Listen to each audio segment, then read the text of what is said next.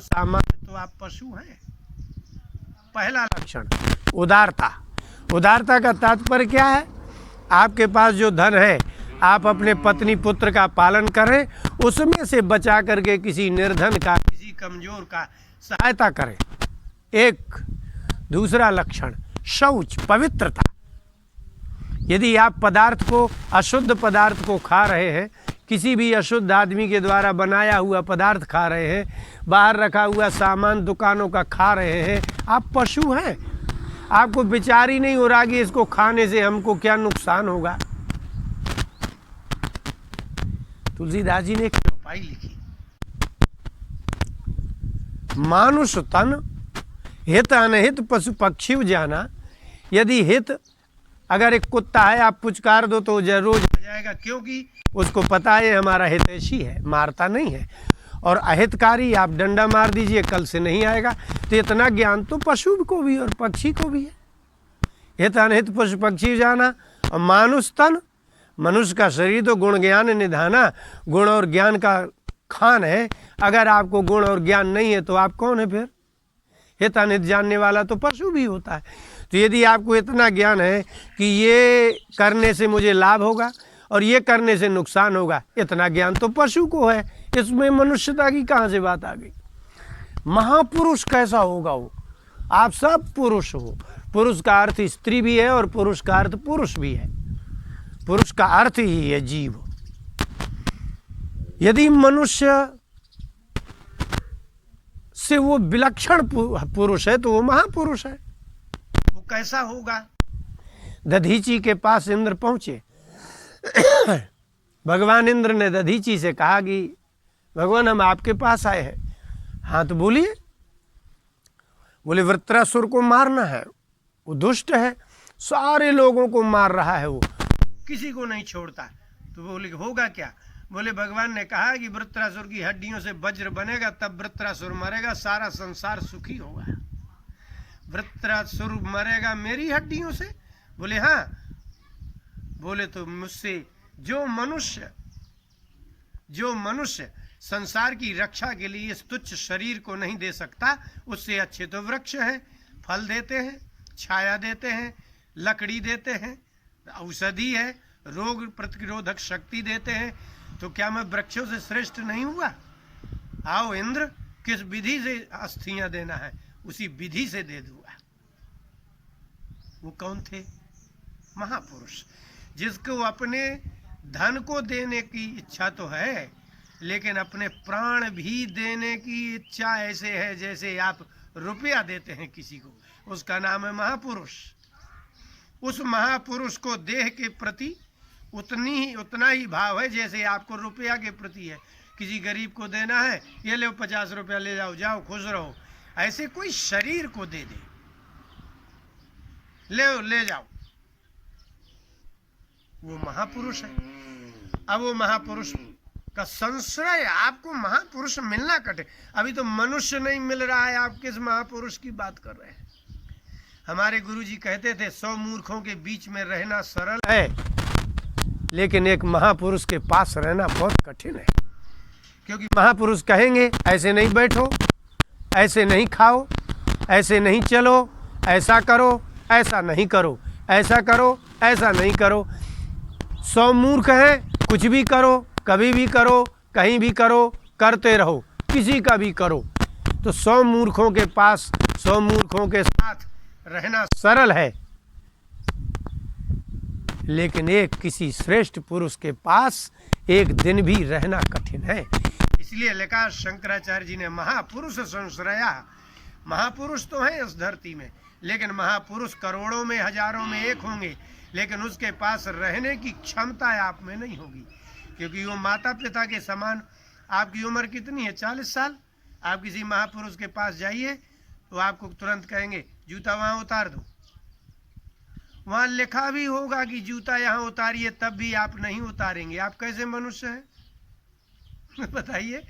लिखा है कि यहाँ कचरा पेटी में लिखा है मैं कचरा खाता हूँ, कृपया यहाँ कचरा डालिए। आप उसमें कचरा नहीं डालेंगे। आप मनुष्य हैं? आपको बैठना नहीं आता, आपको भोजन करना नहीं आता, आपको महापुरुष के पास रहना आएगा कैसे? बैठे रहेंगे, कहीं यहाँ खुजलाएंगे, कहीं यहाँ खुजलाएंगे, कुछ भी बोलेंगे, पता ही नहीं उस महापुरुष से कैसी वार्ता करना है।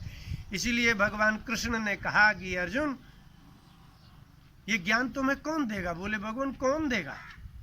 बोले ज्ञानिनस् तत्वदर्शिना, जो महापुरुष ज्ञानी है वो तत्व को जानते हैं, पदार्थ को नहीं। जैसे साइंटिस्ट क्या देखते हैं, एक वैद्य जाएंगे, आप वृक्ष देखेंगे, वो उसमें औषधि देखेंगे। तो जो वृक्ष में औषधि देख ले, जो वृक्ष में औषधि देख ले, उसको तत्ववेत्ता कहते हैं। इसीलिए वैद्य तत्ववेत्ता है, क्योंकि वो वृक्ष नहीं देख रहा है, पत्ते नहीं देख रहा है, वो औषधि देख रहा है, रोगनाशक दवा देख रहा है। तो उन्होंने कहा तद विद्धि प्रणिपातेन, अर्जुन जब तुम जाओगे तो प्रणिपातेन, तुम्हें ऐसे गिर जाना पड़ेगा जैसे डंडा गिर जाता है। परिप्रश्नेन सेवया, उनको तुम्हारा कुछ चाहिए नहीं, लेकिन आप पहले सेवा करिए, प्रसन्न हो जाए तो प्रश्न करिए। परिप्रश्नेन सेवया तब उपदेक्ष्यन्ति ते ज्ञानम, तब वो तुम्हें ज्ञान का उपदेश करेंगे। ज्ञानिनस् तत्वदर्शिना, जो महात्मा, जो महापुरुष तत्व देखता होगा वो तुम्हारी मूर्खता नहीं देखता होगा। चले आए, मुंह उठाए, और महाराज कैसे हो? ठीक है और बढ़िया है। अरे महाराज रामायण में एक जगह एक चौपाई आई, यही है ढंग आपका। आपको प्रश्न करना तक नहीं आता, आपके अंदर जिज्ञासा नहीं है। इसलिए आदि शंकराचार्य जी ने कहा कि देव भगवान की कृपा होगी तो आप मनुष्य होंगे, भगवान की कृपा होगी तो मुमुक्षा आएगी, संसार से विषयों से छूटने की इच्छा होगी, स्वतंत्र होने की इच्छा होगी। जो विषयों से बंधा है वो संसार का सबसे बड़ा दास है। आप दास हो, भोजन के, जीव के दास, आंख के दास, कान के दास। आपको ब्लैक में आज गुटखा बंद कर दिया गया है तो आप 2 रुपया की चीज 20 रुपया में खरीद रहे हैं, आप दास नहीं तो क्या है? जो इंद्रियों का दास है वो संसार में सबसे बड़ा सबका दास है। इसलिए दुकानदार के दास वो है जो व्यसनी है। जानते हैं लोग, सरकार ने समझ लिया, सब्जी खोलने की जरूरत नहीं है, राशन की दुकानें खोलने की जरूरत नहीं है, शराब खोल दो, पैसा का ढेर लग जाएगा, और शराब में 200 रुपया बढ़ा दो, 1 लाख बढ़ा दो। दास हैं वो लोग, किसके? विषय के। वो मनुष्य नहीं है। पशु दास होता है अपनी इंद्रियों का, निर्लज्ज होता है पशु, बेशरम होता है पशु। आप बीच समाज में, बीच रोड में वो भोग कर सकता है, मैथुन कर सकता है, संतान उत्पन्न कर सकता है, कुछ का कभी भी किसी के घर घुस सकता है। इसलिए जो व्यसनी है, जो शराबी है, जो अब किसी जीव के दास हैं, वो मनुष्य है ही नहीं। अगर आप लक्षण मिलाएंगे तो आपको ऐसा लगेगा जैसे हमारी भारत सरकार में मनुष्य नहीं है। मिला लीजिए लक्षण, आपको एक भी कोई व्यक्ति उदार मिल जाए, एक भी कोई दयालु मिल जाए, एक भी कोई चोरी रहित मिल जाए, एक भी कोई संयमी मिल जाए, एक भी कोई ब्रह्मचर्य पालन करने वाला मिल जाए। यदि शौच नहीं है, पवित्रता नहीं है, आर्जव सरलता नहीं है, दाक्ष कुशलता नहीं है, वो मनुष्य है ही नहीं। हमारे भारत में मनुष्य खोजे जाएंगे तो कितने मिलेंगे?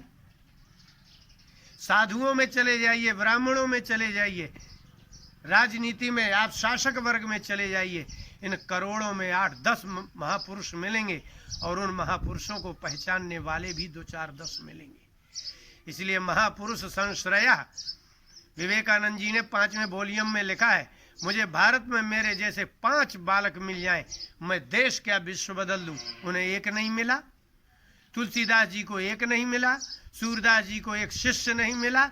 आप क्या समझ रहे हैं कि आप मनुष्य हैं? आप में है ही नहीं मनुष्यता, क्योंकि भगवान की कृपा से मनुष्यता आती है।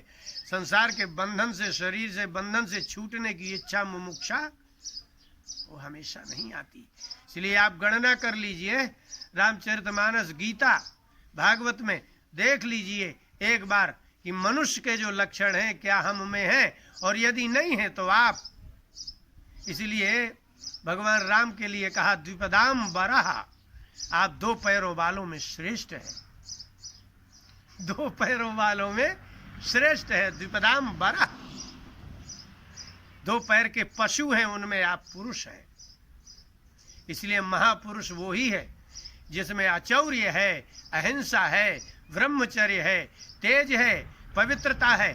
जो पवित्रता नहीं रखता वो मनुष्य है ही नहीं। इसलिए सोचने योग्य है कि अभी वर्तमान में मनुष्य खोजा जाए तो शासक वर्ग में देख लीजिए, महात्मा वर्ग में देख लीजिए, ब्राह्मण वर्ग में देख लीजिए, आप अपने परिवार में देख लीजिए।